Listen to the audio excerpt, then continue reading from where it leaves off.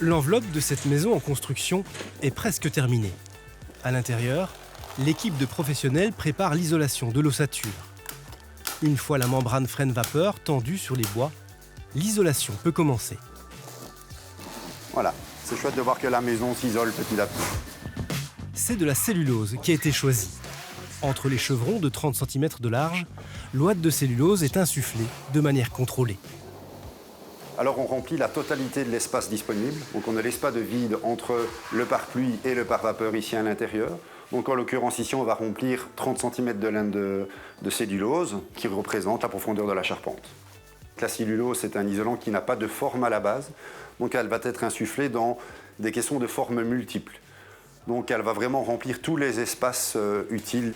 Pour cette opération, l'ouate de cellulose circule dans une gaine au départ d'une machine à insuffler située à l'extérieur de la maison.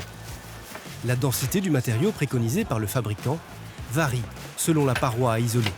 La ouate de cellulose est introduite dans la machine là, qui est alimentée par le groupe électrogène ici et par un mélange dirigé par une télécommande qui mélange l'air et la matière. On va l'acheminer par le biais de ces tuyaux jusqu'à l'endroit où il est nécessaire d'insuffler.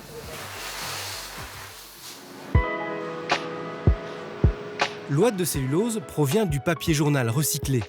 En Wallonie, 2 usines transforment le papier en isolant. La cellulose est un produit d'origine végétale, donc on vient de l'arbre. On est passé par le papier journal qui est pour nous la matière première.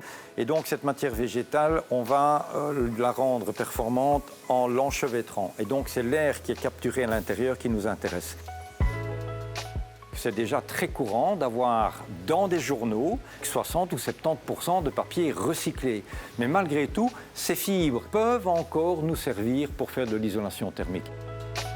L'isolation à base de papier recyclé est un produit efficace pour se protéger du froid, mais aussi pour lutter contre les périodes de chaleur, de plus en plus courantes. En été, sur un cycle court, 24 heures, on peut passer de 10, 12, 15 degrés pendant la nuit à 30 ou 35 degrés pendant la journée, alors que quand on va se trouver avec de la cellulose est capable d'absorber cette variation de température relativement importante sur un cycle relativement court.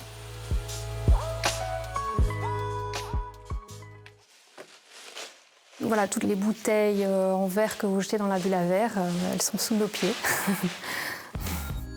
Pour cette nouvelle maison encore en travaux, le sol est couvert d'une épaisse couche de cailloux légers. Il s'agit en réalité de verre recyclé, un matériau isolant. Il est rempli d'air, donc c'est un caillou qui peut nous porter, mais qui peut aussi, par le fait qu'il soit rempli d'air, isoler. Une fois transformés, les déchets de verre prennent l'apparence d'une pierre ponce, un nouveau matériau qui permet d'isoler les sols, sans craindre l'humidité. Dans les isolants naturels, on a toujours le souci aussi de l'eau, puisqu'on est au sol. Et donc on cherche des isolants qui ne vont pas moisir. Dans ce cas-ci, on entre vraiment dans les critères. Autre possibilité d'isolant en vrac, les granulés de liège. Ces petits morceaux proviennent de bouchons de bouteilles recyclés en Belgique. Ils forment un très bon isolant thermique et acoustique pour murs et toitures. Vos jeans et autres vêtements sont trop usés? Ils peuvent encore servir comme isolant, aux capacités thermiques comparables aux laines isolantes végétales. C'est le matériau qu'a choisi cet architecte pour isoler sa maison en ossature bois à Bruxelles. C'est un isolant qui est fabriqué à partir de textiles qu'on récupère. C'est l'équivalent des petits riens en Belgique, mais c'est dans le nord de la France. Ça donne des matelas isolants qui sont très bons thermiquement et acoustiquement et qui sont sains à travailler aussi pour les ouvriers qui les mettent en œuvre. Parce qu'ils sont transformés, ces matériaux recyclés nécessitent moins d'énergie et moins de matières premières que lors de la fabrication de produits neufs. Leur impact environnemental est donc réduit.